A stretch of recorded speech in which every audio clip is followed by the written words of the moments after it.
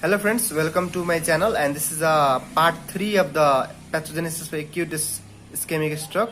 So before seeing this part, you first watch the part 1 and part 2, in which I have discussed about the cerebral circulation and its etiology and risk factor. Then let's talk about in this part the pathogenesis of acute ischemic stroke. So basically के हुन्छ त कुनै पनि let's suppose कि this is a brain हैन.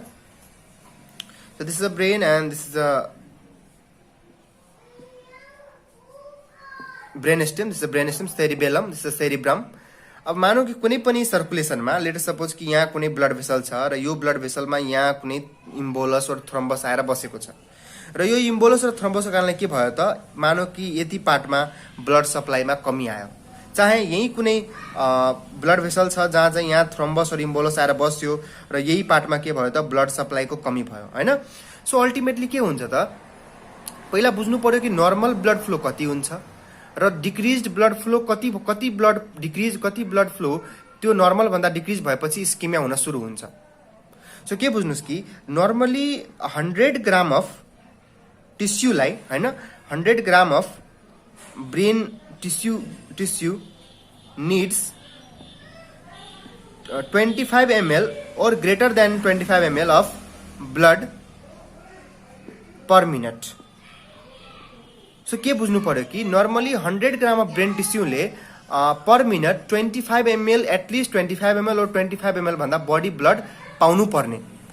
यो चाहिँ normally for the healthy brain function हुनको लागि 100 ग्राम अफ ब्रेन टिस्युले एटलिस्ट 1 मिनटमा 25 ml और 25 ml भन्दा बढी ब्लड पाउनु पर्यो. तर brain can fluctuate up to 10 to 25 ml हैन. तर यदि यो ब्लड फ्लो ब्रेनमा ब्लड फ्लो घटेर 10 to 25 सम्म पनि छ भने the brain tissue can survive हैन. अलिक गाह्रो हुन्छ, ब्रेनलाई अलिक गाह्रो हुन्छ, अलिअलि क्लिनिकल फिचर्स सानोतिनो देखिन्छ, तर the brain tissue can survive if the blood flow is decreased और it is maintain between 10 to 25 ml. यदि ब्लड फ्लो मेन्टेन छ भने त्यति बेला पनि ब्रेन टिस्यु सर्भाइभ हुन्छ. तर if the blood flow is less than 10 ml, यदि ब्लड फ्लो 10 ml भन्दा लेस छ भने अब यहाँ के हुन्छ त अब सर्भाइभ गर्न सक्दैन. यति कम ब्लड फ्लोमा र यहाँ इस्केमिया हुन्छ र अल्टिमेटली डेथ हुन्छ. सो बेसिकली मैले के भन्न खोजेँ कि अलमोस्ट 10 ml भन्दा कम 100 ग्राम अफ ब्रेन टिस्युले यदि 10 ml भन्दा कम ब्लड पाइरहेछ पर मिनट भने त्यति बेला चाहिँ इस्केमिया हुन्छ र न्युरोनल डेथहरू र ब्रेन टिस्युहरूको डेथहरू हुन सुरु हुन्छ. ठिक छ. नाउ लेट्स सी कि what happen to neuron when the blood flow is decreased. यदि ब्लड फ्लो डिक्रिज भएछ भने न्युरोनको के कन्डिसन हुन्छ त न्युरोनमा हुन्छ के खासमा. सो के बुझ्नु पर्यो कि लेट्स सपोज कि दिस इज अ न्युरोन, यो एउटा न्युरोन हो हैन. र मानौ कि यो न्युरोनमा ब्लड फ्लो डिक्रिज भइसक्यो. So blood flow to a neuron, let's suppose कि यो ब्लड फ्लो के भइसक्यो डिक्रिज भइसक्यो.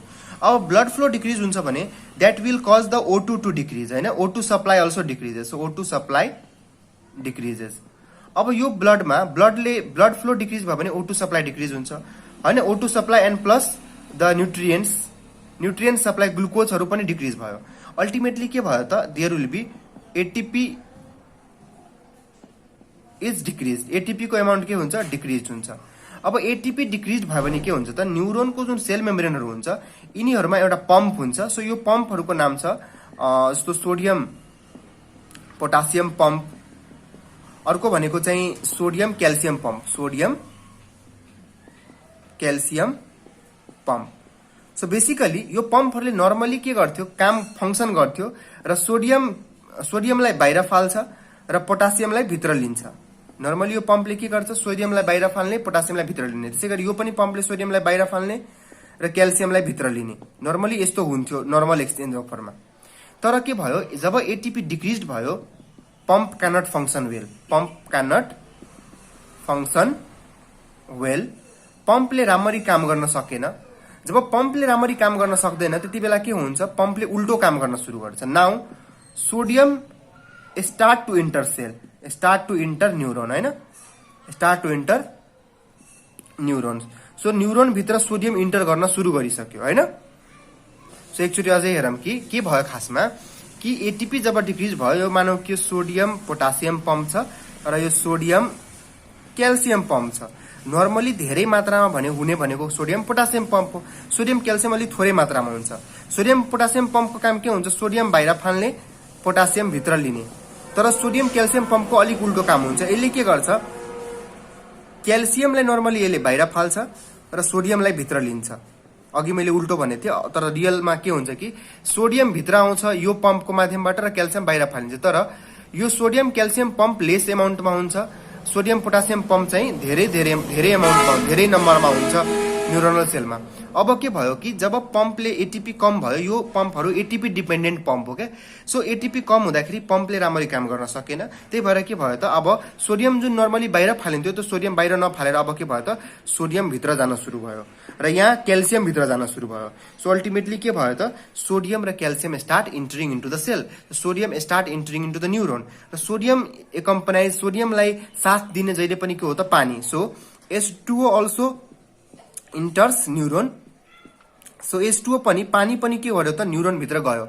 अब अल्टिमेटली के भयो त, पानीहरू सोडियमहरू सबै न्युरोन भित्र गएपछि अल्टिमेटली के भयो त, न्युरोनल स्वेलिङ भयो। के भयो त, न्युरोनल स्वेलिङ। न्युरोन अब पानीहरू गएको कारणले के न्युरोनल स्वेलिङ, चाहे त्यही यसैलाई भन्छ हामी न्युरोनल एडिमा। सो त्यहाँ के भयो त, इडिमा भयो।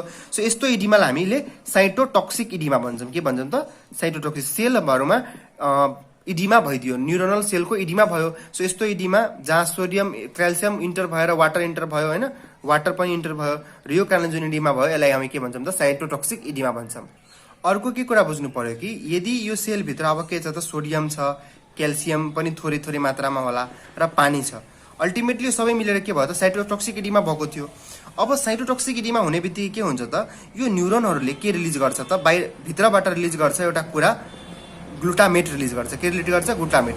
यो बाहिर भनेको त एक्स्ट्रा सेलुलर फ्लुइड भयो, यो बाहिर भनेको त इसिएफ भयो, extra cellular fluid, extra cellular fluid होइन। सो बाहिरको जुन के भन्छ फ्लुइड भयो त्यसलाई भन्छ extra cellular fluid. So ultimately के भयो त, न्युरोनल सेलबाट ग्लुटामेट इसिएफमा रिलिज भयो। अब यो ग्लुटामेट जुन रिलिज भयो यसले के गरिदिन्छ त, यहाँ भएको क्याल्सियम च्यानलहरूलाई एक्टिभ गरिदिन्छ र सबै क्याल्सियम जुन बाहिर छ सबै क्याल्सियम कहाँ जान थाल्छ, भित्र जान थाल्छ। सो अल्टिमेटली क्याल्सियमहरूको अझै इन्फ्लक्स हुन्छ। सो यो सेलभित्र अब क्याल्सियम पनि धेरै बढी बढ्छ। सो त्यही भएर अल्टिमेटली के भयो त, जुन ग्लुटामेट इसिएफमा रिलिज भयो त्यसले के गर्यो त, influx of calcium into the सेलभित्र क्याल्सियमहरूलाई इन्ट्री गराइदियो र क्याल्सियमले के गरिदिन्छ, डिफ्रेन्ट डिस्ट्रक्टिभ इन्जाइमलाई एक्टिभेट गर्छ र डिफ्रेन्ट डिस्ट्रक्टिभ इन्जाइम, सेलमा डिस्ट्रक्टिभ इन्जाइम्सहरू एक्टिभेट भयो भने अल्टिमेटली के हुन्छ त, सेलको चाहिँ सेल डेथ र इन्फेक्सन हुन्छ। सो अल्टिमेटली हामीले त्यही कुरा गरेको थियौँ कि अब ग्लुटामेट निस्केपछि ग्लुटामेटले के गराउँछ, क्याल्सियम इन्फ्लक्स गराउँछ, इन्जाइम डिस्ट्रक्टिभ इन्जाइम्सहरूलाई एक्टिभेट गरेर अल्टिमेटली न्युरोनल डेथ गराउँछ है। अब के हुन्छ कि जति बेलासम्म साइटोटक्सिक इडिमा छ होइन, सो साइटोटक्सिक इडिमा मात्रै यदि भएको छ, अहिले मानौ कि क्याल्सियम इन्फ्लक्सहरू भएको छैन, मात्र साइटोटक्सिक इडिमा छ भने यति बेलासम्म यो स्टेजलाई हामीले के गर्न सक्छौँ, रिभर्सिबल गर्न सक्छौँ। फेरि यदि हामीले ब्लड पर्फ्युजन रिस्टोर गरिसक्यो भने, ब्लड सप्लाई फेरि हामीले यदि क्लट केही कारणवश पनि पेसेन्ट छिटो आयो र हामीले एकदम फास्टमा हामीले त्यो क्लटहरू हटायो केही कारणवश, और हामीले थ्रोम्बोलाइटिक और एन्टिकोगुलेसन थेरापी दियो, त्यो क्लटलाई डिजल्भ गरायो भने यो कन्डिसन फेरि रिभर्स हुन सक्छ। तर एकचोटि सेलहरू चाहिँ अब चाहिँ डिस्ट्रक्टिभ इन्जाइमहरू एक्टिभेट भइसकेछ भने अब चाहिँ त्यो सेल त्यो इरिभर्सिबल सेल डेथमा गइसक्छ र त्यसपछि त्यो चाहिँ अब लिक्विफ्याक्टिभ नेक्रोसिसमा जान्छ। सो यहाँ जुन सेल डेथ हुन्छ त्यो के हुन्छ त, actually will go into the liquefactive necrosis. के त, लिक्विफ्याक्टिभ नेक्रोसिसमा जान्छ।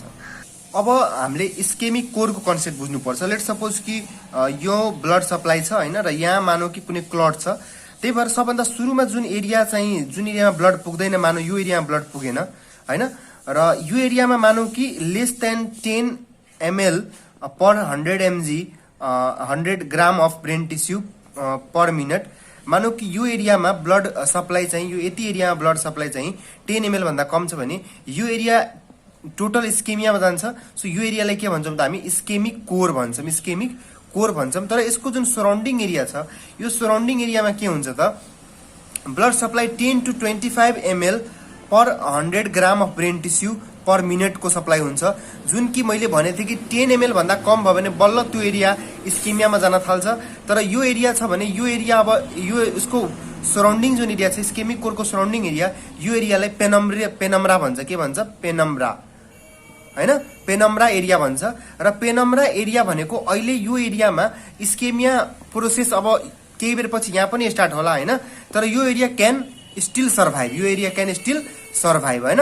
सो जहिले पनि इस्केमिक स्ट्रोक क्लियर पेसेन्ट आउँछ भने इस्केमिक कोरको एरिया त जे होस् इस्केमिया भएर अलमोस्ट सेल डेथ भइसक्छ हैन, र तर पेनम्ब्रा एरियालाई हामी बचाउन सक्छौँ के। त्यही भएर चाहिँ हाम्रो मेन फोकस हुन्छ कि यो पेनम्ब्रा एरियालाई हामीले के गर्नुपर्छ त साल्भेज गर्नुपर्छ। साल्भेज गर्नु भनेको बचाउँछौँ हामी विदिन लेस टाइम, हामी जति छिटो गऱ्यौँ त्यति हामीले के गर्न सक्छौँ, पेनम्ब्रा एरियालाई पनि सेभ गर्न सक्छौँ। नत्र यो इस्केमिक कोर स्प्रेड हुन थाल्छ र पछि यो पेनम्ब्रा एरिया पुरै इस्केमिक कोरमै कन्भर्ट भइहाल्छ हैन।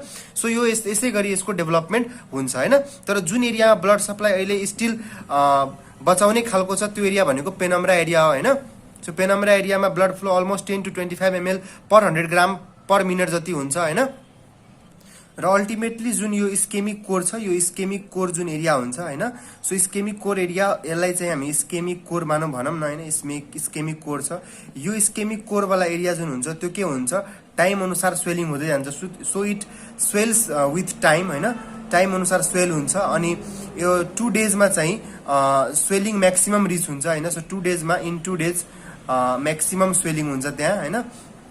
र यो 2 डेजमा स्वेलिङ म्याक्सिमम भएको कारणले चाहिँ अब ब्रेनमा मानौ कि कुनै पर्टिकुलर पार्टमा, यही पार्टमा मानौ स्वेलिङ धेरै भइसक्यो भने यो पार्टले के गर्न थाल्छ, बाँकी अरू पार्टहरूलाई पनि कम्प्रेस गर्न सक्छ। So due to the mass effect त्यो जुन स्वेलिङको जुन मास भयो त्यो मासले अरू पनि सराउन्डिङ स्ट्रक्चरलाई कम्प्रेस गर्न। So due to the mass effect it can compress surrounding structure, it can compress